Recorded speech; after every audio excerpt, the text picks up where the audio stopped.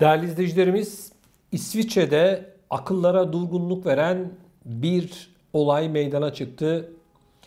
Olayın başrolündeki kişi ise bir Türk. Bu kişi çalmış olduğu eşyaları valizlere, kutuların içerisine koyup Türkiye'ye kargoyla gönderiyor.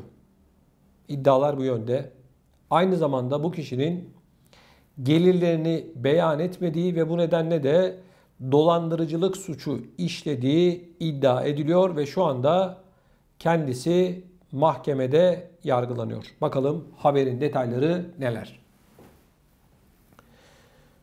Daha önce pek çok hırsızlık olayına karışan Mustafa Ö adlı kişi en son bir nem giderme cihazını çalarken yakalandı.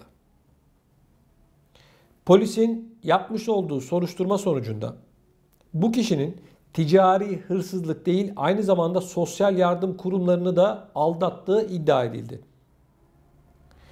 Mahkemeye çıkan Mustafa Ö bu iddiaları reddetti. Polisler Mustafa Ö'nün evinin aranması sırasında iki gizli bodrum bölmesini keşfetti. Evin içerisinde iki tane bodrum. İki bodrum bölgesi de çeşitli eşyalarla doluydu. İddianameye göre gizli bölmelerde ayakkabılar, kıyafetler, saatler, tuvalet malzemeleri ve aynı zamanda elektronik eşyalar da var. Gizli deponun değeri yaklaşık 150 bin İsviçre frangı. Yapılan araştırmada Mustafa Ö'nün bodrum bölmelerindeki bavullar Türkiye'deki destinasyonlara, yani bazı bölgelere işaretlenmiş ve üzerinde yazanlardan anlaşıldığı üzere çalıntı mallarla Türkiye'ye canlı bir posta sipariş işi yürütüyordu deniliyor. Kazanmış olduğu parayı sosyal hizmetlere bildirmeyen Mustafa Ö'nün 138 bin franklık bir gelir beyan etmesi gerekiyordu. Savcı bunu ticari dolandırıcılık olarak adlandırdı ve 7 yıl hapis cezası ve 15 yıl sınır dışı edilmesini talep etti. Mustafa Ö suçsuz olduğunu söyledi. İki hırsızlık dışında çaldığı cihazları kampanyalar aracılığıyla aldığını savundu. Sanığın avukatı sadece şartlı para cezası talep etti. Önümüzdeki günlerde mahkeme savunmanın delil taleplerinin kabul edilip edilmeyeceğine veya doğrudan bir hüküm verilip verilmeyeceğine karar verecek deniliyor. Evet değerli izleyicilerimiz, İsviçre'de böyle bir şey var. Sanıyorum bu kişi bir hasta, yani çalma hastalığı olan, kleptomani deniliyor biliyorsunuz. Böyle bir rahatsızlığı olabilir diye düşünüyorum. Yani en iyi düşüncem bu. Yoksa birilerinin ayakkabısını, bilmem nesini, osunu busunu çal, Türkiye'ye gönder. Yani dünyanın en zengin ülkelerinden bir tanesinde yaşıyorsun. Sosyal yardımlarla bile geçinebilirsin. Yani bu işleri yapmana bile gerek yok. Siz ne düşünüyorsunuz merak ediyorum. Özellikle İsviçre'de yaşayan vatandaşlarımızın bu konuyla ilgili düşüncelerini videomuzun altında bulunan yorum bölümüne yazarak bizlerle paylaşmasını rica ediyorum.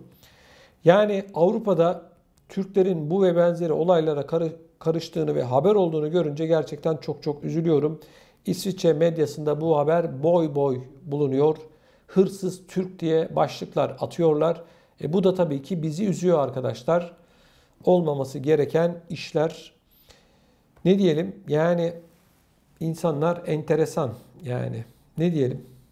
Değerli izleyicilerimiz, Almanya'da büyük bir dolandırıcılık çetesi çökertildi. Yine işin içerisinde Türkler var. Bunlar emekliler başta olmak üzere Almanları soyup soğana çevirmişler. Türkiye bağlantılı bir iş. Şimdi ben bu haberleri sizlerle paylaşınca gerçekten çok çok üzülüyorum. Özellikle de medyaya yansıması bizi ayrıca üzüyor. Bakın, kendilerini polis olarak tanıtıyorlar bu dolandırıcılar. Ve haber aynen şöyle, bakın. Almanya'dan Türkiye'ye giderek kurdukları çağrı merkezi üzerinden yaşlı insanları dolandıran şüphelilerin yargılanmasına başlandı. Dolandırıcılık çetesi lideri olduğu iddia edilen kişilere suç örgütü kurma ve yönetme ile nitelikli dolandırıcılık suçlamaları yöneltiliyor. Şüphelilerin polis kılığına girerek İzmir'deki bir çağrı merkezinden telefon görüşmeleri yaparak özellikle Münih'te insanlardan para ve değerli eşya topladıkları iddia ediliyor. Münih polisi 2017'den beri Baden-Württemberg ve Kuzey Ren-Vesfalya'da meslektaşları ve Federal Kriminal Polis Dairesi ile birlikte çetenin peşindeydi. Örgüte Münih'teki suç ortakları aracılığıyla ulaşıldı. Almanya'nın Kiel kenti başsavcılığına göre sahte polis çetesi üyesi olduğu düşünülen yaşları 18 ile 22 olan 2 kişi Bremen'de yakalandı. Polise göre örgütün başı olduğu iddia edilen kişi 2012 yılında 23 yaşındayken Bremen'den kaçarak Türkiye'ye giderek çağrı merkezini kuran kişi. 2015 yılından beri devam eden bu dolandırıcılığın failleri insanların yüksek meblağda para çekmelerine neden oluyor. Mağdurlara çektikleri parayı ikamet ettikleri yerin yakınlarındaki gizli dedektiflere teslim etmelerini söylüyorlar.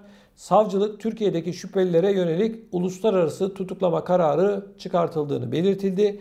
2020'de şüphelilerin ev ve iş yerlerinde yapılan aramalarda yaklaşık 1,5 milyon euro para ele geçirilmişti. Şimdi bakın arkadaşlar. Bunlar şöyle çalışıyor. Niye anlatıyorum? Aman dikkatli olun, çevrenizde özellikle ileri yaş grubundan yaşlı insanlar, akrabalarınız, komşularınız vesaireler varsa lütfen uyarın. Bunlar arıyorlar. Diyorlar ki sizin bankada şu kadar paranız var ya da değerli eşyalarınız, altınınız, şuyunuz, buyunuz var mı diyorlar. Onlar da kim olduklarını soruyor. Biz diyor ki polisiz diyor. Alman polisi. Ne oldu diyor. Diyor sizin parayı yatırmış olduğunuz bankayla ilgili şu anda ciddi bir sorun var. Bir soruşturma var. Paranızı derhal çekin. Güvenli bir şekilde bize, dedektiflerimize teslim edin diyorlar. Bu adamlar gidiyorlar, bu dolandırılanlar, kadınlar neyse.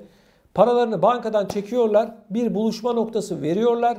Ve bu buluşma noktasında paralarını, değerli eşyalar ne varsa sözde bu gizli dedektiflere teslim ediyorlar. Bunları da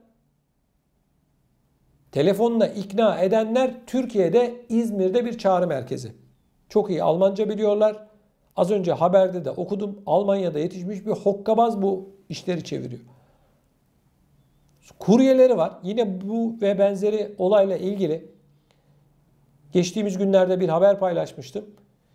Birilerine kurye parası ödeyip gidip bu insanlardan paraları alıp getiriyorlar. Bu kuryelerden bir tanesi de yakalanmıştı.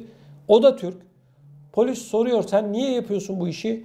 Önceleri ben bilmiyordum diyor böyle bir şey olduğunu. Ancak öğrendikten sonra da paraya ihtiyacım olduğu için işi bozmadım, devam ettirdim diyor. İyi halt ettin. Hokkabaz. Değerli izleyicilerimiz bakın.